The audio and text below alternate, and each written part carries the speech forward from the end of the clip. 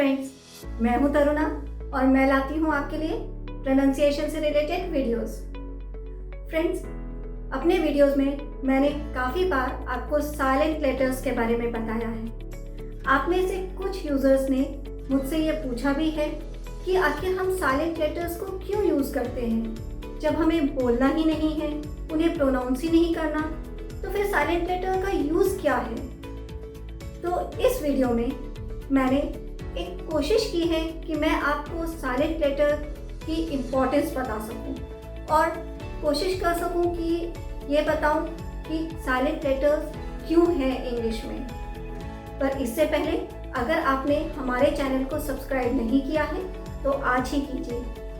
Bell icon को press करना मत भूलिएगा, क्योंकि आने वाले वीडियोस भी बहुत इंटरेस्टिंग होने वाले हैं, जिसके नोटिफिकेशन आपको इमीडिएटली मिलेंगे। इसी के साथ प्ले स्टोर पर से आप हमारे ऐप को डाउनलोड भी कर सकते हैं। वहाँ पर भी आपको वोकैबुलरी से रिलेटेड बहुत सी इंफॉर्मेशंस मिलती हैं। So let's focus on silent letters. सबसे पहले हम बात करते हैं कि इंग्लिश में साइलेंट लेटर्स की ज़रूरत क्या है।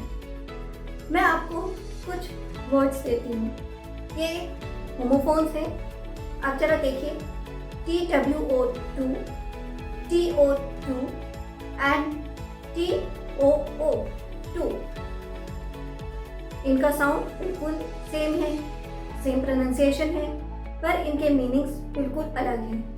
TWO मतलब टू, TO प्रीपोजिशन है, डेस्टिनेशन को शो करता है, और TOO एक एडवर्ब है जिसका मतलब होता है इन एडिशन टू या भी, हिंदी में जिसे बोलते हैं। अब अगर मैं TWO में से साइलेंट लेटर W हटा दूँ और मुझे कुछ लिखना है, मुझे ये लिखकर ये बताना है देयर आर 2 गर्ल्स, तो जो पढ़ेगा उसे कैसे पता चलेगा कि मैं क्या एक्सप्रेस करना चाह रही हूँ, क्या बताना चाह रही हूँ, क्योंकि मैंने तो उसकी स्पेलिंग TO लिखी है जो कि एक प्रीपोजिशन है। तो इसी कंफ्यूजन को रिटन इंग्लिश में दूर करने के लिए साइलेंट लेटर्स बहुत इंपॉर्टेंट रोल प्ले करते हैं। आई होप ये क्लियर हो गया होगा।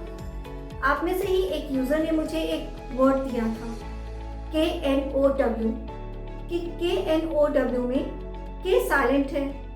इसका रीजन ये है कि अगर K को हटा दें तो क्या वर्ड बचेगा NOW। NOW एक ऑलरेडी वर्ड है इंग्लिश में नाउ, जिसका मीनिंग होता है अब, तो मीनिंग बिल्कुल अलग हो जाएगा। और अगर हम प्रोनाउंसिएशन से जाएं KNOW नो, तो NO लिखेंगे तो भी मीनिंग बिल्कुल अलग है। तो फर्स्ट थिंग जो आपको याद रखनी है कि क्यों ज़रूरी है हमें साइलेंट लेटर्स, वो इसलिए क्योंकि ये वर्ड्स में डिफरेंस बताते हैं, होमोफोन्स में डिफरेंस बताते हैं। साइलेंट लेटर कभी कभी किसी वर्ड के प्रोनाउंसिएशन में भी चेंजेस लाते हैं। जैसे मैंने बात की थी मैजिक ई की, रिमेंबर?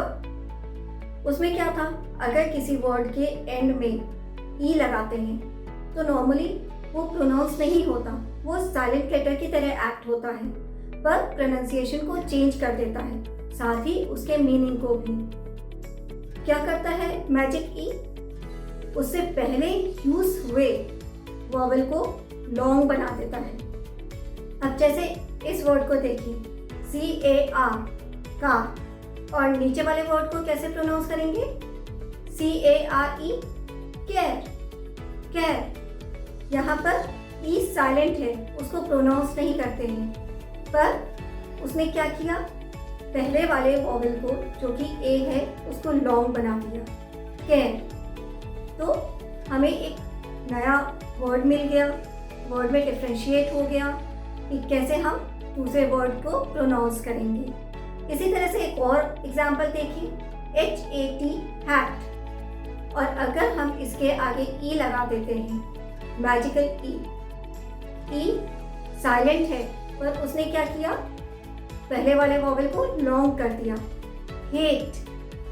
मीनिंग बिल्कुल बदल गया, इसका प्रोनाउंसिएशन बदल गया। तो साइलेंट लेटर का यूज इसीलिए भी इम्पॉर्टेंट है। अब हम बात करते हैं कि इंग्लिश में लेटर्स साइलेंट क्यों होते हैं, यही तो हमें जानना है।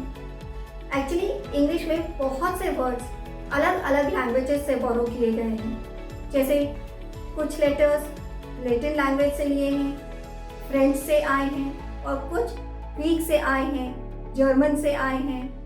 तो इस तरह से अलग अलग लैंग्वेजेस से वर्ड्स इंग्लिश में लिए गए हैं। उनका ओरिजिन सेम रखने के लिए वर्ड्स को एज इट इज ले लिया गया है, पर प्रोनाउंसिएशन को सिंप्लीफाई करने के लिए उसके कुछ लेटर्स को साइलेंट कर दिया। रिमेंबर, कोई भी वर्ड साइलेंट लेटर्स में क्या हमें बताते हैं? वो बताते हैं किसी वर्ड का ओरिजिन, कि वो वर्ड कहाँ से आया है, उसकी हिस्ट्री और उसका इवोल्यूशन, कि किस तरह से समय के अनुसार उसमें चेंजेस आए हैं। आप एक एग्जांपल देखिए, IRON, आयरन, राइट? पर कुछ लोग इसे IN भी बोलते हैं। वो आर साइलेंट कर देते हैं। ऐसा नहीं है कि प्रोनाउंसिएशन गलत है, सही है। रीजन क्या है? US और UK प्रोनाउंसिएशन।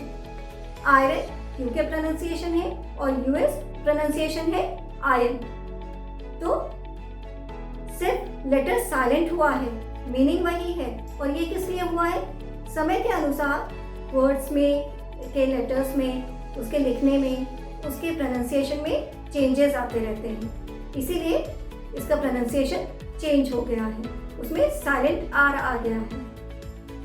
जब हम बात करते हैं किसी वर्ड के ओरिजिन की, तो जैसा कि मैंने बताया कि इंग्लिश में वर्ड्स अलग अलग लैंग्वेजेस से लिए गए हैं, पर इंग्लिश में उन सभी लेटर्स के साउंड हो यह पॉसिबल नहीं था। तो वर्ड्स तो उसी तरह से ले लिए गए, पर उसके प्रोनाउंसिएशन को सिंप्लीफाई किया। जैसे सुनामी, ये एक जापानीज वर्ड है, पर टी का साउंड इंग्लिश में नहीं था, TS का, तो उन्होंने टी को साइलेंट कर दिया, इसलिए हमें मिला सुनामी। इसी तरह से साइकोलॉजी, इसमें P साइलेंट है। ऐसा नहीं है कि हर वर्ड के बिगनिंग में P साइलेंट होगा, पर ये वर्ड चूंकि दूसरे लैंग्वेज से लिया गया है, तो उसकी साउंड इंग्लिश में नहीं थी, इसीलिए उन्होंने P को साइलेंट कर दिया। एक्चुअली इसके बारे में एक और बात कही जाती है। कहा जाता है कि जब printing press around 14th century में 1400 के अराउंड इंग्लैंड में आई, तो उस समय जो भी वर्ड्स अलग अलग लैंग्वेजेस से बोरो किए गए थे, उनके अल्फ़ाबेट्स नहीं थे, इसलिए उन्होंने उस लेटर को साइलेंट कर दिया। अब ये तो एग्जैक्टली कोई नहीं कह सकता, क्योंकि हम इंग्लिश अभी कुछ सालों से पढ़ रहे हैं, पर एक्चुअली इंग्लिश लैंग्वेज हज़ारों सालों से है। तो इसे हमें एज इट इज़ एक्सेप्ट करना पड़ेगा कि इंग्लिश में साइलेंट लेटर्स होते हैं और उनका एक इम्पॉर्टेंट रोल है। आई होप आपको ये वीडियो अच्छा लगा हो। अगर अच्छा लगा है तो इसे लाइक कीजिए और शेयर भी कीजिए।